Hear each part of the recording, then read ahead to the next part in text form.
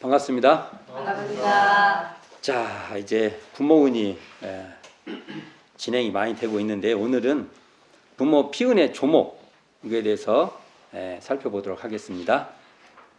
자, 우리가 부모 피운의 강령, 늘 그러죠. 강령이 붙으면 이건 어떤 줄기예요. 큰 줄기. 그 나무로 보면 이렇게 줄기고 이제 이게 조목이 붙어요. 그러면 부모 피운의 조목 이렇게 되면 거기에 따른 이렇게 세세한 가지와 잎이다. 이렇게 이해하면 쉬울 거예요. 그러니까 부모 피운의 조목이 우리 오늘 해야 될 이 부모 피운의 조목에서는 부모 피운의 강령에서 밝혀주고 있는 이렇게 낳아주신 은혜, 생은, 그다음에 길러주신 은혜, 그다음에 육은, 그다음에 가르쳐주신 은혜, 이 교훈에 대한 좀 더 구체적이고 상세한 얘기를 하는 겁니다. 좀 더 이제 구체성을 가지고 이제 이 얘기를 한다는 것이죠. 그래서 여기도 세 단락으로 돼 있어요. 이 조목을 3개. 그러니까 부모 피운의 강령이나 조목 개수로 보면은 별 차이가 없어요. 비슷비슷해. 강령이나 조목이나 이 개수로 보면 그래요. 그러나 그 내용으로 보면 이 내용 있죠. 내용으로 보면 그 안에가 훨씬 구체성이 있어요. 강령이 굉장히 포괄적 설명을 한다면 내용에 보면은 이게 우리하고 더 직접적인 이야기들이 많이 전개됩니다. 자, 첫째, 부모가 있으므로 만사만리의 근본되는 이 몸을 얻게 되며, 여기서 이제 이런 것이 구체성이죠. 부모가 있으니까 만사만리가 뭐예요? 온갖 일사자 쓰니까 일. 그리고 온갖 이치도 온갖 것이 있나요? 우리가 이치 생각하면 이치는 뭐 하나만 있는 것 같은데. 자, 여기서 보면 우리가 보통 저는 그래요. 일 그러면은 나중에 사리연구장에 보면 1 그러면 12 이렇게 돼 있어요. 그러니까 1 하면 우리 이게 정전에서 1이 나오면 12의 이해와 연관해서 이해를 해야 됩니다. 그러니까 유사, 무사 이런 말 나오죠. 그러면 무사라 하면은 12 이해와 조금 떨어져 있는 거예요. 좀 뭐라고 할까? 좀 초연해. 당장 안 해도 돼. 근데 유사, 일이 있다. 그렇게 되면 12회하고 직면해 있는 거예요. 뭔가 그 12회를 이렇게 처리해야 돼요. 그걸 이렇게 밀어놓을 상황이 아니야. 그러니까 유사하다 하면은 12회를 지금 직면해서 뭔가 그걸 관계성이 깊어요. 그래서 뭔가 처리를 해야 돼요. 근데 이제 무사하다는 것은 조금 띄워놓고 볼 수도 있어요. 좀 나중에 해도 되고, 당장 안 해도 되고, 뭐 그런 거죠. 자, 왜 만리라고 해요? 만리 온갖 이치? 이치가 온갖 거예요? 여기 사리연구 목적 한번 봅시다. 48쪽 보면 이 세상은 대종사님께서 세상관이 나와요. 세상관. 그러면 세상은 어떻게 생겼는가 말을 하면 여기 딱 피고요. 그대로 읽으면 돼요. 대종사님이 대종사님 세상관을 말씀해 주신 거예요. 세상은 대소유무 이치로 건설되고 12이해의 일로서 운전에 관하니 세상이 넓은 만큼 이치의 종류도 수가 없고 인간이 많은 만큼 일의 종류도 한이 없나니라. 이게 만사만리죠. 세상이 넓은 만큼 이치의 종류도 수가 없고 인간이 많은 만큼 일의 종류도 한이 없나니라. 이 세상이 넓다고 할 때 이 이치가 대소유무를 말하잖아요. 대소유무 이렇게 말하잖아요. 대소유무로 보면 맞나요? 네. 이게 그 이치도 그 경우에 따지면 그 경우의 경우에서 이렇게 그 상황에 따라서 종류가 많아져요. 그게 원리상으로는 대소유무라고 해도 그러지 않습니까? 그러니까 하여간 나중에 저기 공부할 게 있으면 사리연구장 가서 더 좀 해보고 하여간 그렇다는 거죠. 이 읽은 대로 세상이 뭐라고 써요? 넓은 만큼 이치의 종류도 인간이 많은 만큼 이게 만사만리예요. 이게요.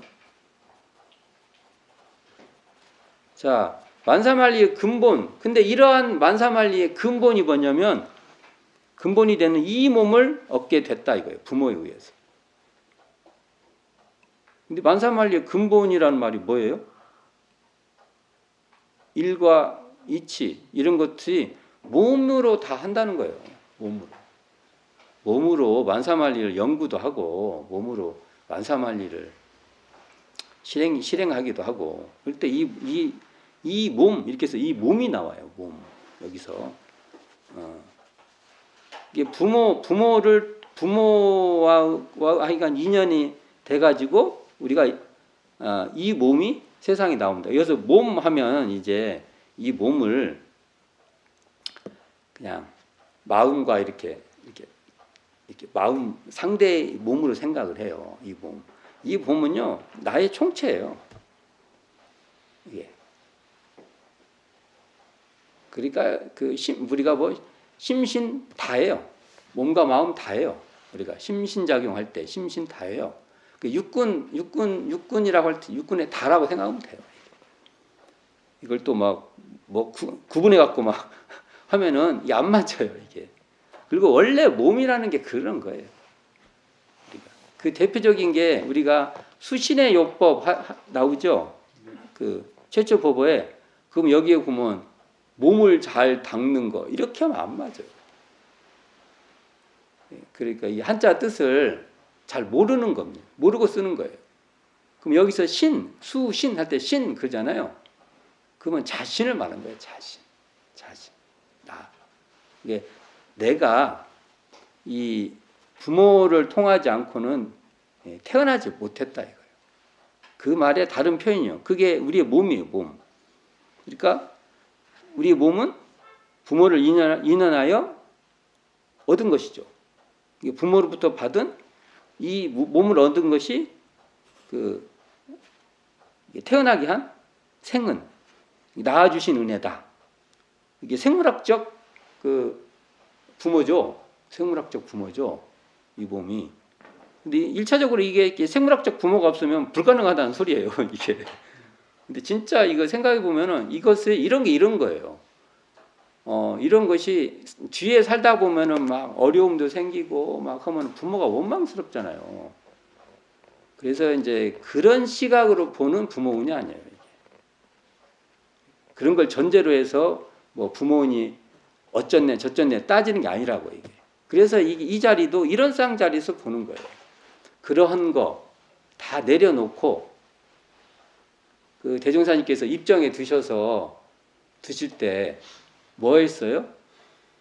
구도에 대한 애환, 당신의 그 안타까움, 스스로 얼마나 안타깝겠어요. 이게. 그리고 뭐 부친에 대한 불효, 또 여러 가지. 하여간 거기 보면 어떤 원한도 한계에 대한 여러 가지가 당신의 그 뜻대로 안 되고 다 있었을 거예요. 그것이 있었으면 대각은 불가능했을 거예요. 근데 그것을 이제 그 인력에서 벗어나신 거예요. 벗어나서 딱 보니까 벗어난 자리에서 보면 이게 내가 태어난다는 것이 부모가 아니면 안 되겠구나. 이 당연한 사실이 너무 당연하잖아요. 근데 이게 당연하지가 않아요, 우리가. 그 뒷얘기는 그 뒷얘기요. 뒤에 생긴 건 뒤에 생긴 거예요. 이제 이렇게 말할 수 있죠. 왜 나를 태어나게 했냐고. 이제 그러면 이제 이건 이제 부모운하고는 관계없는 다른 식의 이 얘기를 해야 돼요. 여기 부모운은 그런 게 아니에요. 이게. 그래서 이 부모운은 이론상 우리가 청정 이론상 그 자리에 근원하지 않으면 논의가 안 돼요. 논의가 될 수 없습니다. 근데 그 자리에서 보면 이게 이 몸이 내 자신이 부모를 통해서 우리가 태어난다는 이 진짜 그냥 사실이죠. 그냥 너무나 당연한 일이에요. 그래서 대선사님께서 생각해봐라 이렇게 되는 거예요. 한번 생각해봐. 너무 간단한 실마리를 이렇게 잡고 한번 생각해봐. 그거 다른 거 내려놓고 이거 한번 생각을 해봐. 그러니까 은혜를 한번 알아봐. 그 실상을 한번 알아봐. 이렇게 말하는 겁니다. 근데 이제 재미있는 얘기는 대종경 청도품 36장에 이 탁태, 우리가 몸을 받는 탁태되는 과정이 나와요. 대종사님 설명이 있어요. 여기서 보면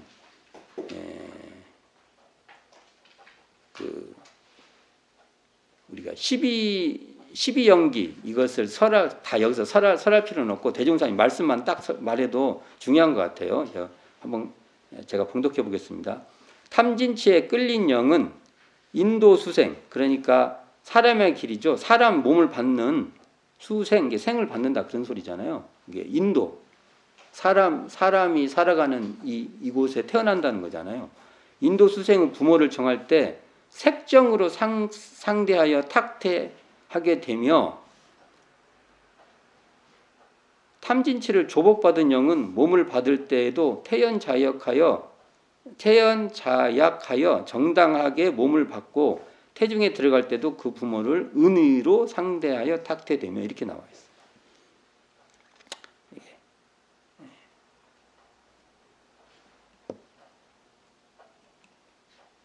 그러니까 이게 부모를 이렇게 할 때도 뭔가 이렇게 끌려서 이렇게 인연이 된다. 이제 이 말인데요. 이게 색정으로 이렇게 끌려서 인연이 된다는 거예요. 이게. 그래서 보통 이 말이 맞는가 모르겠지만 대부분 여자로 태어나면은 아빠하고 인연이 돼서 오고 아빠한테 끌려서 오는 거예요. 그리고 남자애는 엄마한테 인연이 돼서 엄마하고 끌려서 오고 이런 말인데 이 말을 믿어야 될지 잘 모르겠어요. 근데 이제 하여간 그런 말이 있어요. 이게. 그러면 이제 어쨌든 이게 보면 우리는 뭐가 돼야 돼요? 탐진치를 조복받아 갖고 은의, 부모하고 이렇게 은혜로움으로 이렇게 인연이 돼서 이제 오는 우리가 돼야겠죠. 근데 여기서 몸은 어쨌든 이걸 보면 우리가 부모를 인연해서 우리가 이렇게 몸을 받게 되는데 이 몸은 영식, 우리가 이게 천도품에 보면 영식 얘기가 많이 나와요. 영식. 이제 여기서부터 골치 아픈 얘기가 나와요. 이제 좀 잘 들으세요. 이거 지금부터는 이제 약간 논리적 설명을 할 겁니다. 이것을 어떻게 받아들이냐에 따라서 천도품에 나와 있는 영식에 대한 이제 이 판단이 좀 달라져요. 자, 한번 봅시다. 영식이 부모와 인연하여 받게 되는 게 육군인데, 영식은요, 신령한 식 이렇게 번역할 수 있죠. 영식, 신령한 식. 이건 업식을 포함해요. 업식. 자, 업식은 뭐예요? 업식? 자, 이렇게 돼요. 업식은 아주 이걸 논리적 설명은 뺄게요. 어떤 사상적 설명은 뺐고 그냥 비유적 설명만 할게요. 지금 업식은 내가 지금요 업식이 지금 이렇게 조합이 돼 있다 합시다. 지금 내가 현재 업을 우리가 갖고 있는 거예요. 나의 기억도 있을 것이고 나의 습관도 있을 것이고 나의 취향도 있을 것이고 그것은 업식이라는 것은 뭐냐 전부 다 형성되는 거예요. 중요해요. 여기서 업이라는 말이 나오는 순간 여러분들이 이제 이해할 것이 있어요. 너무나 복잡하게 이걸 생각하지 마세요. 업은 형성되는 것.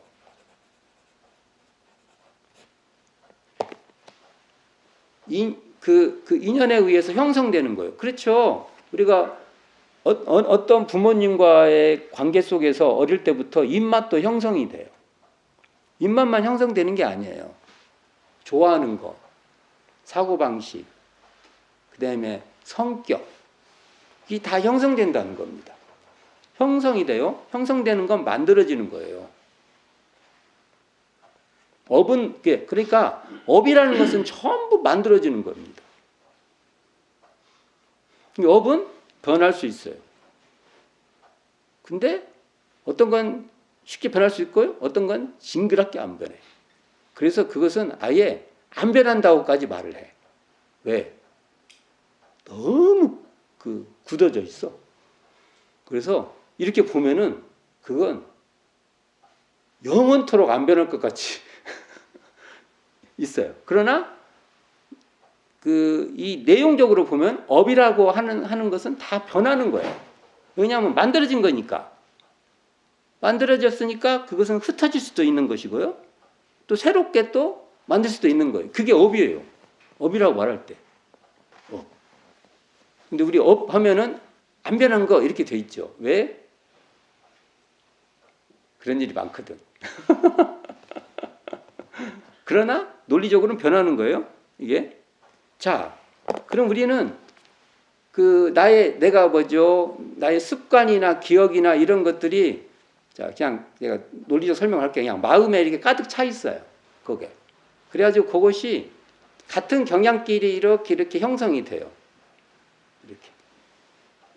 다 이렇게 정리돼요. 그러면 우리가 그냥 그림으로 그냥, 애니메이션 같이 말할게요. 여기서 계속 변해. 업식이 변해. 계속. 올랄랄랄랄라. 또 들어오면은 또 어떤 건 소멸하고 어떤 건 또 더 강화되고 어떤 업식은 더 강화도 되고 여기는 강화되고 또 여기는 약화되고 또 막 이렇게 가요. 업식이. 그래서 우리가 죽으면 그 업식이 넘어가는 거예요. 우리가. 업식이.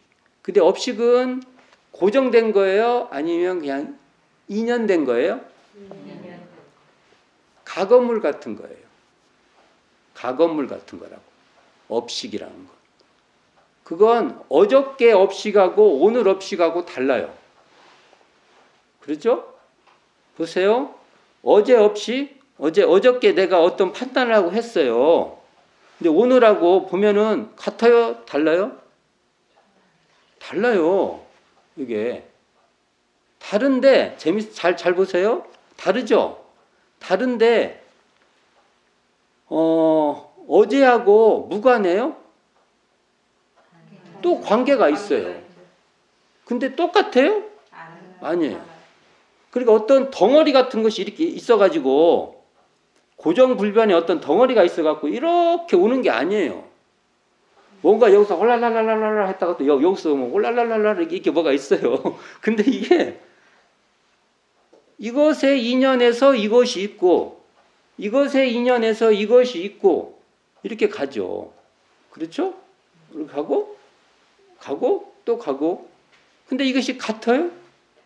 달라요. 이걸 막 어려운 말로 하면 제가 엄청 어려운 용어를 막 쓸 수 있는데 하나도 안 썼네. 제가 지금. 이게 지금 이런 것들을 보면은 이것을 갖다가 오온윤회 또는 요 설명 것을 무아윤회 이런 말을 써요. 아가 없잖아요. 뭐가 없잖아요. 이렇게 가죠. 근데 이것을 마치 이걸 앞으로 그 대종영 천도품 같은 걸 읽을 때 이걸 마치 이걸 뭔가가 있어가지고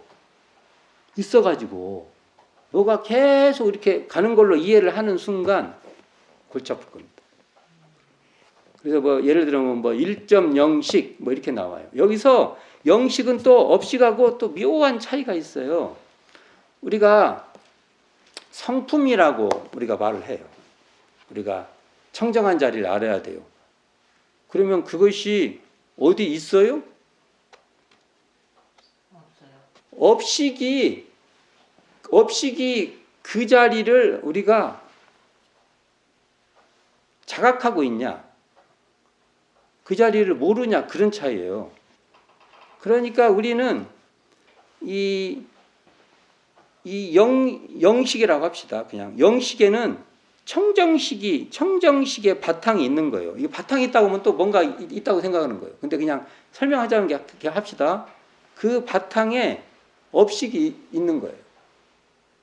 그러면 이것을 다른 말로 우리가 업식과 청정식이 이게 청정식을 합했다. 아 이거 참. 그것을 영식이라고도 하고 식심이라고도 해요. 아는 그 마음이니까. 근데 그 식심이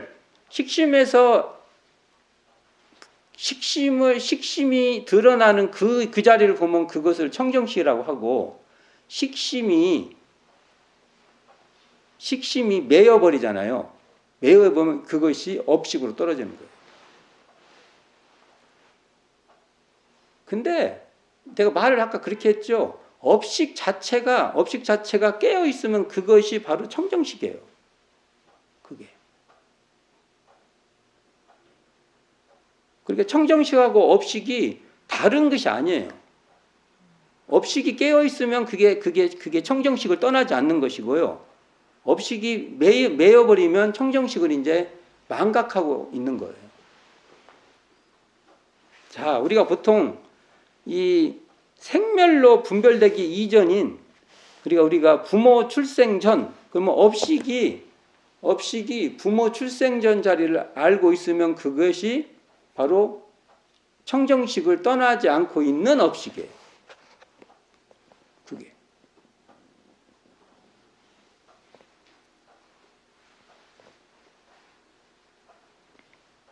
그러니까 부모 출생 전 자리가 바로 영식의 본래 자리인 성품으로, 성품에 기반한 식심이 이 부모를 인연하여 탁태되어 몸을 얻게 된다. 이런 논리적 설명을 지금 해본 거예요.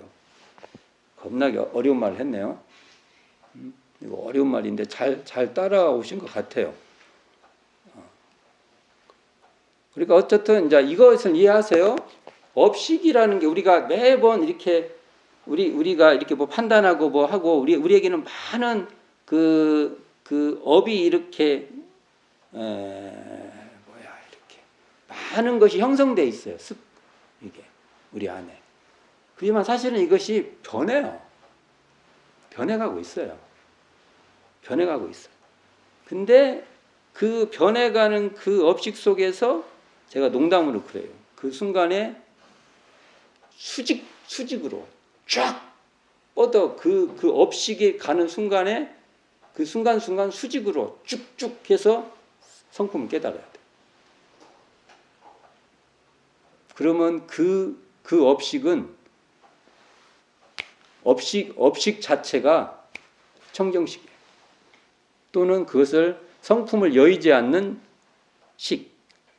그래서 그 식심은 바로 밝은 식이에요.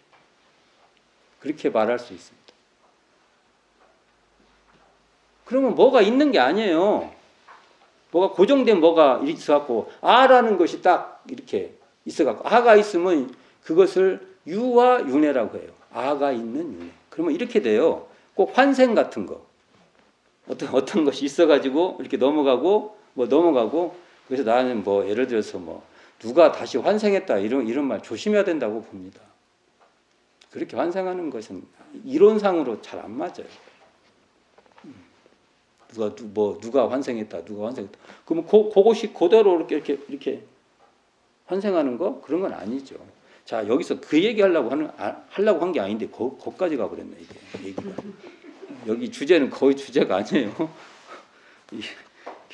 자, 하여간 우리는 무아윤회, 아가 없는 그 윤회, 그것을 오온윤회라고 하는데 아가 없는 무아윤회를 하는 것이지 유와 뭐 아가 이렇게 변하지 않는 뭐가 있어가지고 그게 이렇게 윤회하는 게 아니다. 그러면 이제 세상에 예를 들어서 여기에 10억이 있다. 10억의 아가 있어요. 그러면 나중에 여기서 만약 15억이 됐다 그러면 천상계에서 아가 또 온 거예요. 복잡해. 그런 말 복잡해. 그런 게 무아윤회로 이해를 했으면 좋겠다.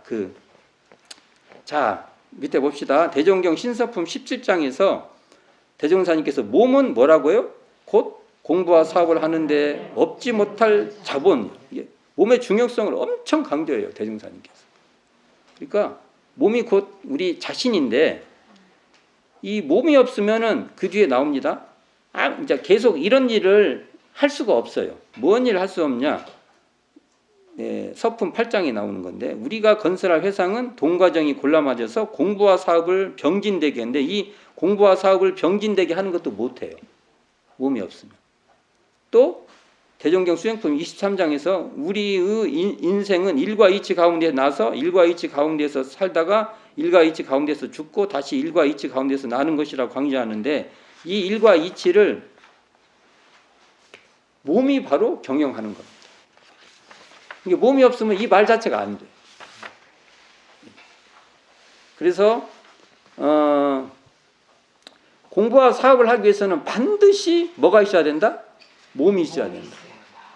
그리고 만사만리도 다 몸이 있어야 밝힐 수도 있고 실천할 수도 있고 이 만사만리를 통해서 일과 이치를 통해서 지혜도 밝힐 수 있고 복락도 지을 수 있다. 그래서 이 몸을 우리가 이렇게 그러니까 이걸 보면 대운사님께서 어떤 생각이냐면 청정한 자리에서 보면 몸이 있으면 우리가 그 뒤부터 복도 지을 수도 있고 지혜도 장만할 수도 있고 큰 일도 할 수 있고 그런다는 거예요. 그러니까 자산 대운사님 자산이었죠? 자본 이 자본을 얻게 된 것을 고맙게 얘기해야 된다. 이렇게 보시는 거예요. 이 관점이 달라요. 관점이 다른 겁니다. 자, 그 다음에 둘째 봅시다. 이게 이 몸을 얻게 된 것이 무슨 은혜? 큰 은혜. 대운사님께 큰 은혜라고요. 이렇게 안 볼 수도 있죠. 이렇게. 그건 저한테 따지면 안 돼. 대종사님한테 따져야 돼. 그럼 대종사님께서 말씀하실 거예요. 그걸 내려놓고 보면은 이게 보일 것이다. 이렇게 말하실 겁니다. 자, 두 번째 봅시다. 모든 사랑을 이에 다하사 온갖 수고를 잊으시고 자력을 얻을 때까지 양육하고 보호하여 주심이요. 자, 여기서 정말 이제 자력이라는 말이 등장합니다. 이게 부모 은혜 정말 이 포인트가 나와요. 시작이에요. 포인트. 부모 은혜 포인트. 실질적으로 부모 은혜에서 중요한 것은 길러주신 은혜예요. 길러주고 가르쳐주신 은혜인데 이 길러주신 은혜 중에서도 중요한 것이 언제까지 길러줘요? 자력을 얻을 때까지. 자력을 얻을 때까지. 이게 이제 아주 중요한 겁니다. 모든 사랑을 다하사 하고 온갖 수고를 다해요. 그러니까 이것은 다른 말로 하면 보살펴 주신 은혜예요. 보살펴 주신. 근데 언제까지? 자력을 얻을 때까지. 우리가 이게 양육, 보호 이게 다 길러준 거, 길러줬다는 말이지 않습니까? 길러줬다. 근데 이게 우리가 부모운이라고 말할 때는 대종사님의 이 시각에서 말씀을 드리면 부모운이라고 말하는 것은 그게 자력을 얻도록 해주신 은혜다. 이렇게 말할 수 있죠. 근데 만일 자력을 고갈시키고요. 자력을 무력하게 만드는 것은 부모운이 아닙니다. 우리가 부모운을 잘 못하는 거예요. 이런 거죠. 부모가 잘 살면 자녀가 어떨 때 되면 고갈시킵니다. 자력을 고갈시켜요. 무력화시켜요. 자력. 어릴 때 고생도 좀 하고. 그래야 크면은 뭐 조금 안 좋은 데서 자도 뭐 좋은 집이야. 그게. 근데 어릴 때도 그게 크면 조금만 환경이 바뀌어서 그러면 못 자요. 우리가 대중생활 해보면 딱 알아요. 그냥 잘 자는 사람 있고 못 자는 사람 있고 그래요. 이게 그 적절한 고생도 좀 해보고 그러니까 이게 이제 자력이라면 우리가 양육해준다고 하니까 우리 어떤 뉘앙스가 있냐면 따뜻하게 그냥 공주님, 왕자님 이렇게 키우는 걸로 지금 이렇게 딱 생각한단 말이에요. 이걸 그게 아니고요. 이게 인생에 뭘 살 때 왜 다 힘이 그걸로써 그때 좀 힘들고 어쩌고 해도 그게 결과적으로 큰 힘이 돼요. 이것도 우리 생각으로 확 보면 안 돼요. 이게 고락의 차원으로 고는 낙은 양육해 준 거고 고는 비양육 맞나? 그러니까 양육을 안 시켜준 거 이렇게 생각하면 안 돼요. 고가 됐든 낙이 됐든 그것이 결국은 궁극적으로 다 자력을 키우는 데끔 한다는 거예요. 이게. 근데 부모가 그런다는 거예요. 부모가. 그런데 우리가 보통 여기서 모든 사랑을 다 하사 이렇게 나오죠. 사랑 얘기가 나왔잖아요. 네. 그리고 수고를 잊으시고 진짜 그런가? 내 자식한테 안 그런 것 같아서 지금 찔려 이런 게 지금 이런 게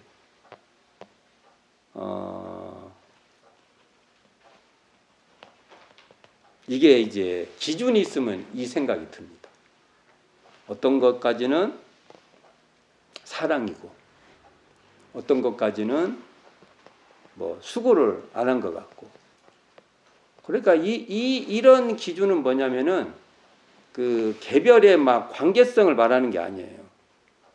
이게 나중에 보면 우리가 성장할 때 보면은 결국은 이게 우리가 진리적으로 그러니까 우리가 마음이 텅 비고 고요한 자리에서 보면은 이게 그 상황에 사랑이 있었고 그 상황에 수고를 잊은 점이 있는 겁니다.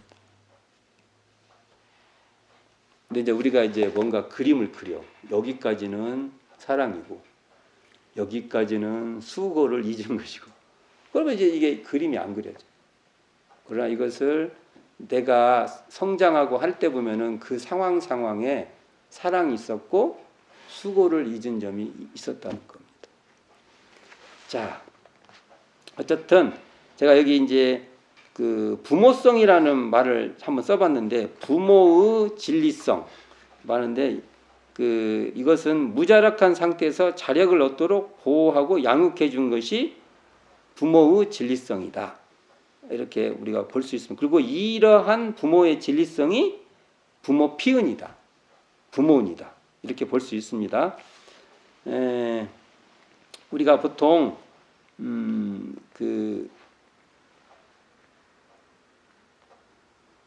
부모운을 말할 때 그냥 우리의 눈으로 보면은 계속 부모와 자식의 어두운 점이 보여요. 어두운 점만 보게 돼요. 계속. 그쪽으로 이해하기만 하게 됩니다.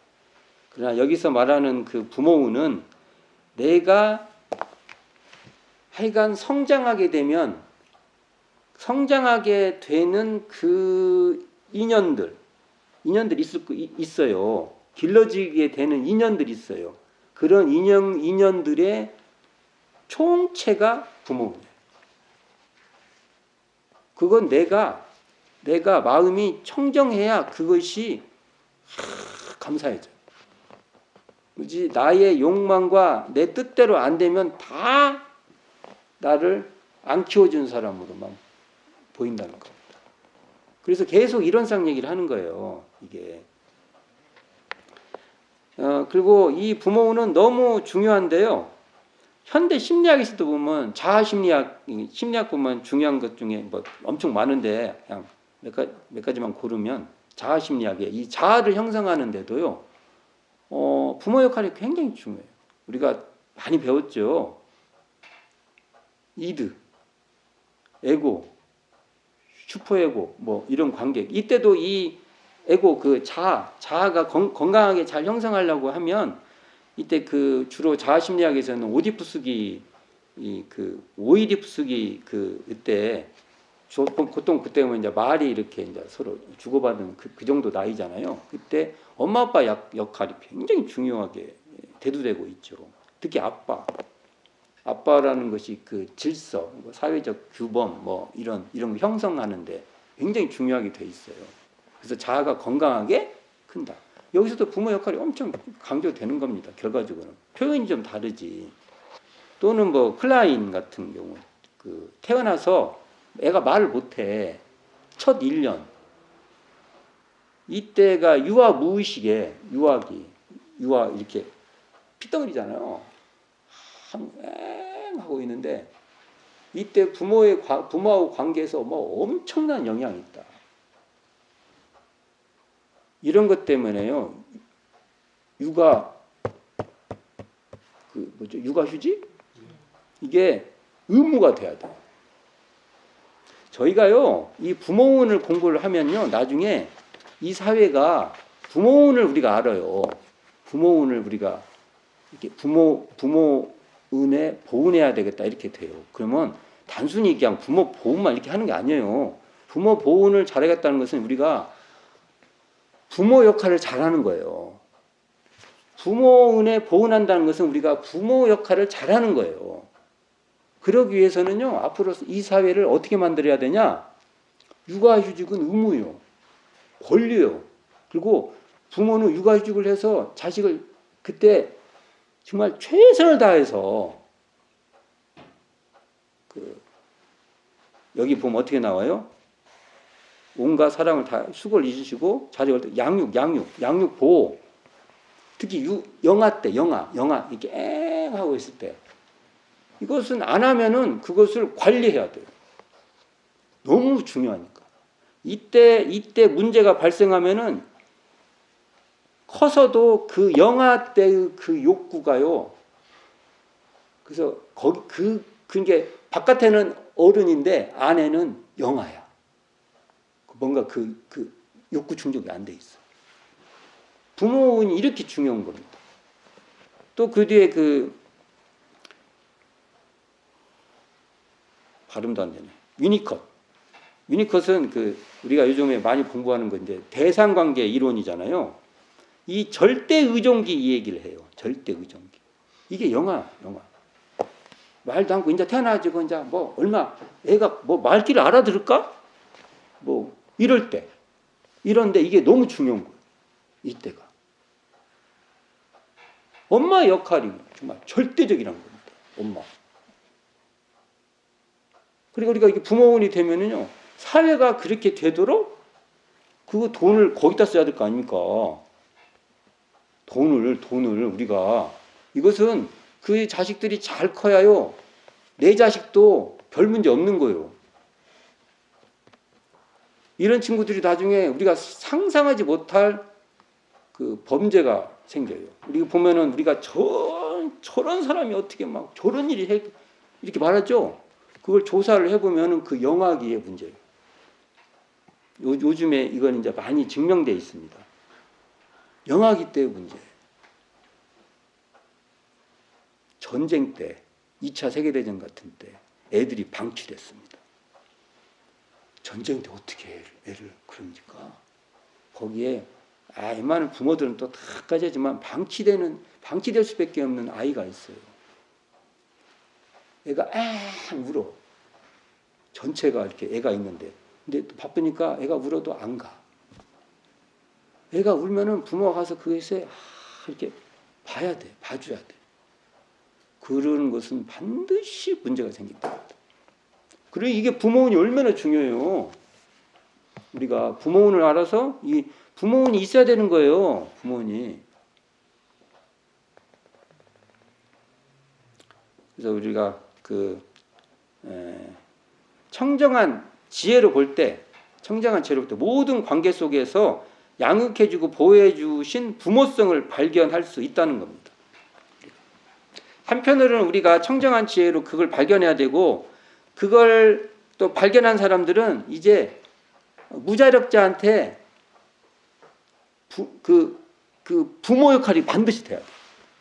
우리가 그냥 은혜를 입었으니까 해야 돼.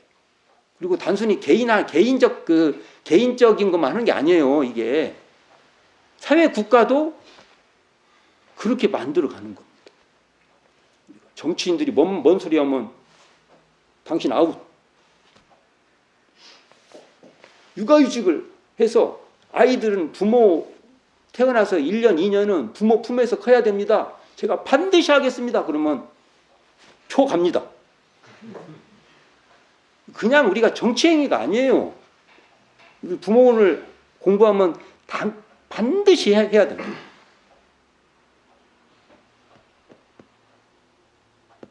근데 대종사님 사은을 부모원을 공부했는데 엉뚱한 소리에 애들은 저절로 큰다니 또 돈이 그런 데다 쓴다니 지금 산업 경제가 발전해야지 지금 경쟁력이 떨어진다고 소리를 하고 그런 소리 하면 우리는요 바로 표를 빼고 그다음에 국가를 뭔가 책임진 사람한테는 계속 그 일 하세요. 그게 당신이 해야 될 일이요. 이렇게 얘기를 해야 됩니다. 왜요? 우리는 부모운을 배웠지 않습니까? 그리고 우리는 부모운이 뭔지 알지 않습니까? 우리가 마음이 청정하면 우리 많은 관계 속에서 나를 양육해주고 보호해주는 거. 그러면 국가가 그때는 국가의 어떤 그런 그 작용 있지 않습니까? 그것도 부모예요. 부모입니다. 자, 셋째로 갑시다. 셋째, 사람의 의무와 책임을 가르쳐 인류 사회로 지도하심이니라. 자, 이건 이제 가르쳐 주신 은혜죠. 깨우쳐 주신 은혜. 사람이라면 밟아야 되는 인도 정의, 인도 대의, 정의가 아니라 인도 대의. 이걸 앞에서 뭐라고 했냐면 의무와 책임이라고 했어요. 인도 대의를 부모와 자식 관계에서 그 기반을 체득하게 된다는 거예요. 부모와 자식의 관계에서요, 굉장히 기초적이고 기반적인 걸 다 터득해요. 우리가 보면은 바깥에서 많이 배우는 것 같죠. 학교 가서 많이 배우고, 어디 가서 많이 배우고 그런 것 같잖아요. 우리가 보면. 그렇지 않아요. 그렇지 않습니다. 거의 부모, 그 다음에 우리가 부모라는 것은 넓은 의미의 부모예요. 이렇게 이렇게 자주 이렇게 만나는 거기서 형성이 많이 됩니다. 우리는 관계 속에서 살아요. 관계 없이 나 혼자 못 살아요. 관계라는 것은 차이가 다른 사람끼리 만나는 거예요. 차이가 똑같으면 관계가 아니지. 관계가 아니지, 그게. 그러니까 관계라는 것은 너는 틀리고 나는 맞고 이렇게 안 돼요.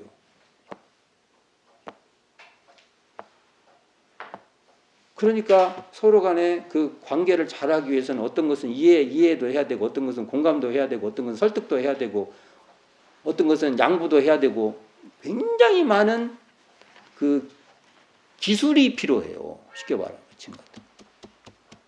엄청 복잡해요. 이런 것을 부모를 통해서 거의 터득합니다. 부모를 통해서. 우리는 사람을 만나면 사랑할 줄도 알고 분노도 할 줄 알아야죠. 불의에 대해서 분노할 줄도 알아야 되고, 또 어떤 아픈 사람이 있으면 안쓰럽게 여길 줄도 알고, 다른 사람을 공감할 줄도 알고, 타인을 헤아릴 줄도 알고, 이럴 때 사람다움이라는 것을, 사람의 길을 가는 겁니다. 이런 것이 부모가 최전선이에요. 1차적 최전선. 그러니까 이게 바로 인류 사회로 지도해 주시는 거예요. 그러니까 대개 부모는 이게 이제 원리적으로 말하면 주로 가르쳤다면 나 가르친 적 없는데 이게 아니고요. 행위를 통해서 이렇게 알아지는 겁니다. 좋은 말로 하면 이것은 이렇게 시범, 모범을 보여서 이제 모범 아닐 때도 많죠.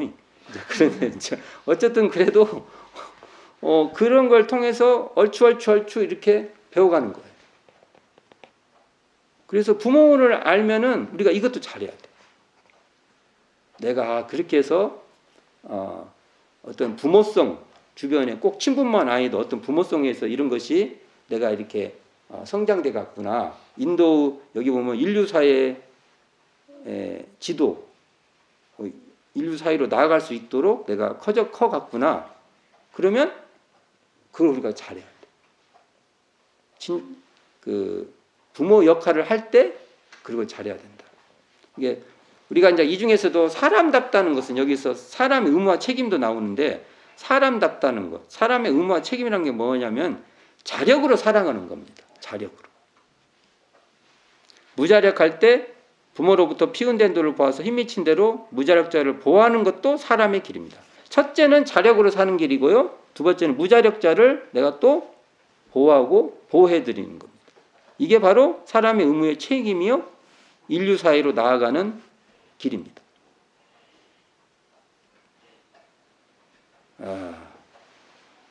자, 우리가 부모라고 해. 내가 계속 부모 이렇게 얘기하니까 그러면 이런 말이 돼요. 그럼 한 부모는 어떻게 돼요? 이렇게 물어보고. 다 부모예요. 여기서 부모라고 하면 이게 상징적으로 했지만 부모는 굉장히 종류가 많아요. 부모는요. 앞으로 사회는요. 동성애 부모도 있고요. 또 굉장히 복잡한 부모도 많이 생길 겁니다. 지금 입장에서 어느 문화권에서 봤을 때는 정말 복잡한 부모들이 생기는 겁니다. 그러나 다 부모예요. 그게.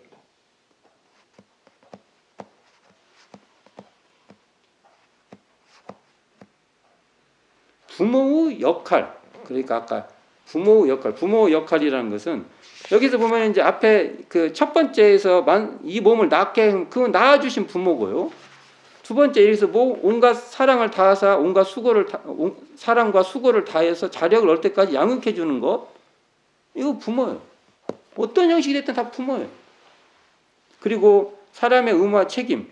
이게 이제 자력이라고 했는데 내가 자력을 키우고 자력이 없는 사람한테 보호해주고 이것을 해서 인류 사회로 나갈 수 있게끔 지도해주는 거. 이거 약하면 다 부모예요.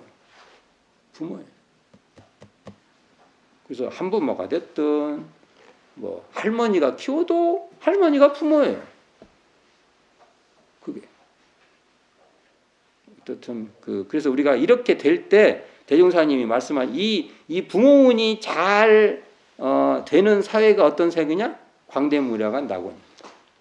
우리가 광대무량한 낙원을 인도한 한 방식이 부모운을 잘 실천하는 겁니다. 자,